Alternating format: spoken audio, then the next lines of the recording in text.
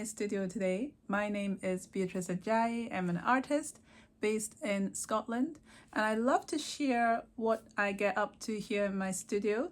I love creating in different mediums with different subject matter, and this space is the space that I share what I get up to.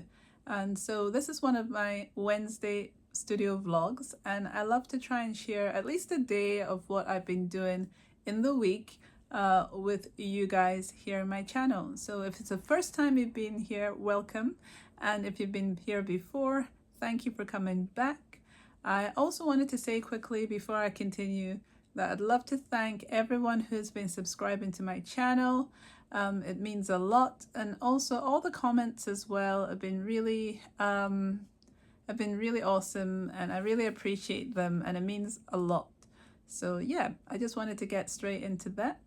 Today I've been looking at the idea of creating some stickers. So that's what you were seeing at the beginning, was me sketching out some possible sticker ideas that I want to make. So you might see that at some point further down the line when I've developed that, and I can talk to you about that as well. So my stickers have been selling quite well in the shop, and I thought I wanted to get some more done and get some more out there for people to enjoy.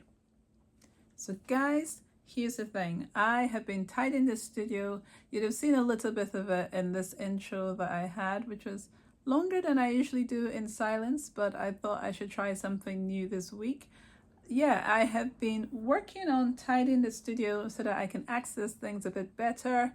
I want to be way more organized because I have a lot of different pies that I've got going on.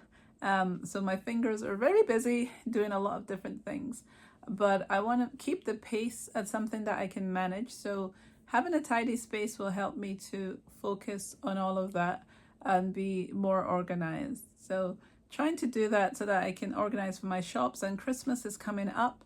That is why I've been organizing as well. And I have 2 shops now. I really need to be a lot better in the way that I manage things. So yeah, slowly but surely, I've been carving out areas for different specific items and processes in my studio. So I will talk about that at some point. I'll do like a studio overview again, going around.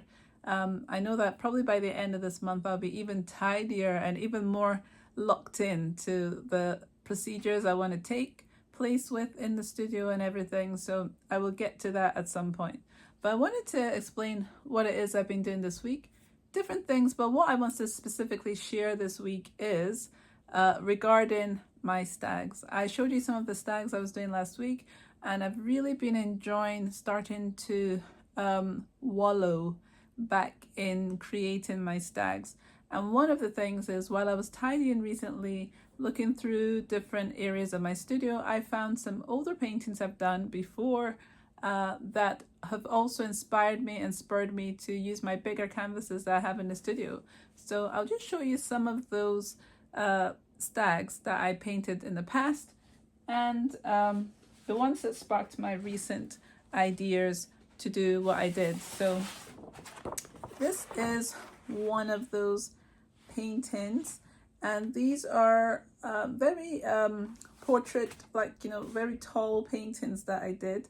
And in these, which I can come back and work on again so that the antlers are a bit more obvious, I kind of did a series of 3, you know, like stags on a painting, and I had them facing in specific ways. When I looked through them, I realized I actually planned them very well, like very specifically. There was always a stag facing that way, and one with his body facing this way, and then one facing me direct. So that's what you can see in this one. And then I'll show you the examples of, you know, looking back at work, and it's good to work in a series, because when you work in a series, you start to see how you were thinking when you look back at it. And I realized I really was actually being strategic. I wasn't just throwing paint at the paper, which was really good to see that there was some organization then as well. So this one again, this bigger one, so you always have a bigger one in the front, and this one is facing this way, that this time around. This further one at the back is facing the other way, and yet again another facing us directly. So this was just interesting to bring out from the portfolio that I found. of work that I'd done some time ago. Another one I'll show you again. I think, how many did I have here? Actually, yeah, I've got another one or two. So yet again, the same thing going on here. One right at the front, facing this way, another facing the other way, and then one facing me. So it was very strategic, and I love that I've looked back at work. So it's really good to keep work from your past, because when you look back at it, you realize that there was a journey you had to where you are now, and that it wasn't without a purpose. So that's what I really love. So here's another one, just to show you how many I actually did and came to understand my own paintings. Yet again, facing this way, this one's facing this way, and then yet again, another one, portrait facing us.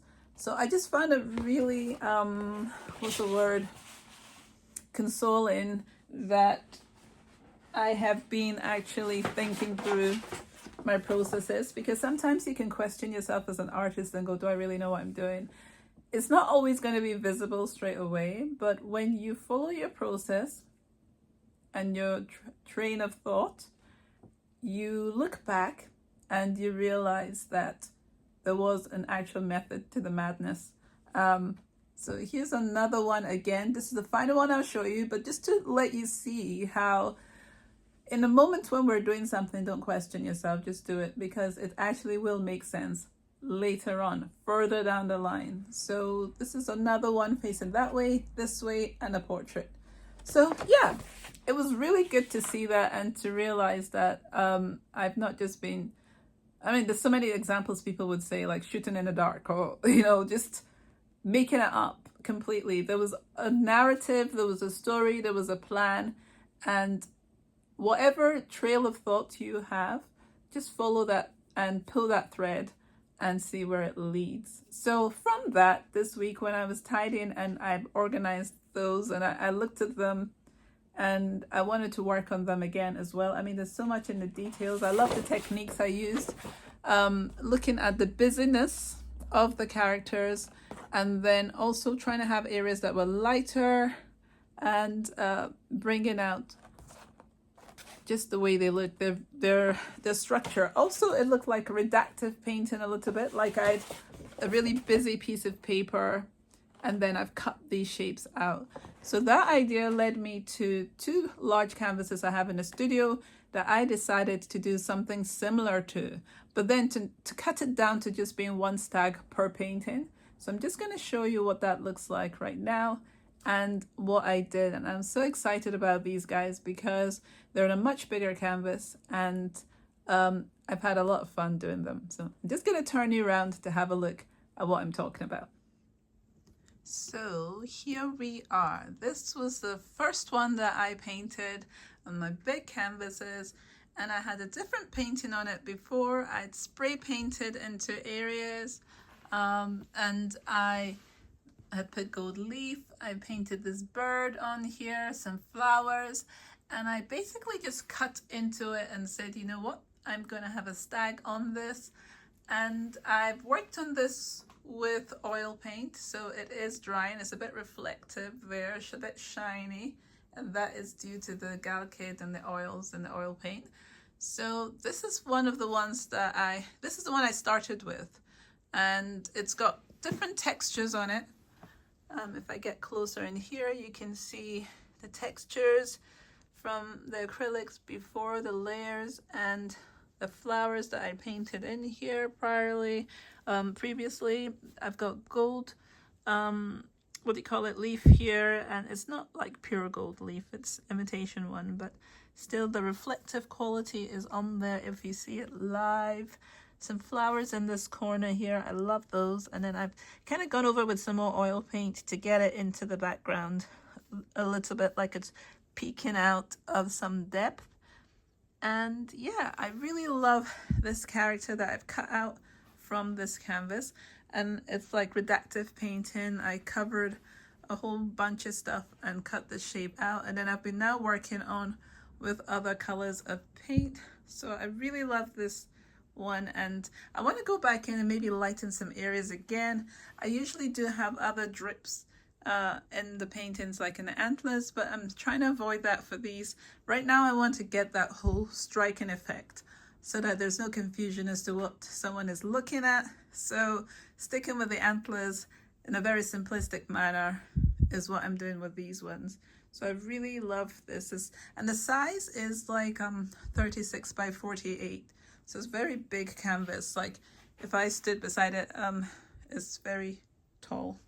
So yeah, so I did this one first because I had two canvases, and I will show you what the other one looks like over here. It's a very colorful studio, very colorful, a lot of areas that are bright, and I love it. And so if we have a seat here, my sitting area where I am, this is the second one. And I love the way that the spray paint areas come out, like this B spray paint here, B. I've got some hidden areas here behind a little bit. There's a peeking out bit there, and some more honeycomb here as well. I've got drips that I added to this, which was fun to do. I am using oil paint on this one as well, so that's what the result is.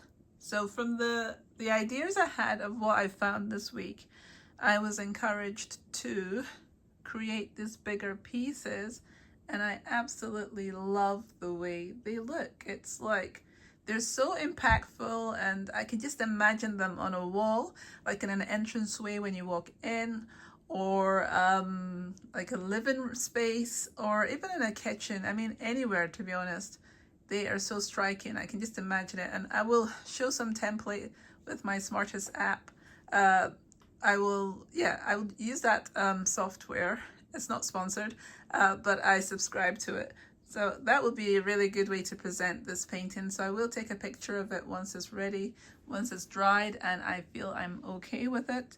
I will actually go in and give you that sample of what it will look like. But yeah, this is the fun I've been having this week, and I absolutely love it. And I just thought I would share that quickly with you for this studio share this week. So I'm just gonna turn you around, and then we can have some more last minute chats before I go. So that is what I wanted to share with you in my Wednesday studio vlog this week. I have been doing some other things like recording an online class, hopefully for Skillshare, so I need to finish editing that. Then I have also been trying to plan what I'll be doing going forward for my Patreon and trying to organize that. I got my stickers in, and I stickered my products that I'm going to be taking into the shop tomorrow, in the Glasgow shop. So that is prepped and ready to go as well. So I did that also this week in preparation for that, so that I can start organizing my space and assessing what it is that I want to change or add into my shop as well. So it's just a lot of planning of things and organizing, and Christmas is coming up. It's not a word people want to discuss at this point in time because we're still in the autumnal stage coming up still, like the whole of autumn hasn't happened yet. But as a business, you have to start planning that, because last year I made the mistake of trying to do things in a very short timeline and then not resting, and my arms got very sore. I don't remember if I talked about that. I got what was called golfer's elbows, and I don't golf. I just need to clarify that I do not golf. But I strained my arms, this part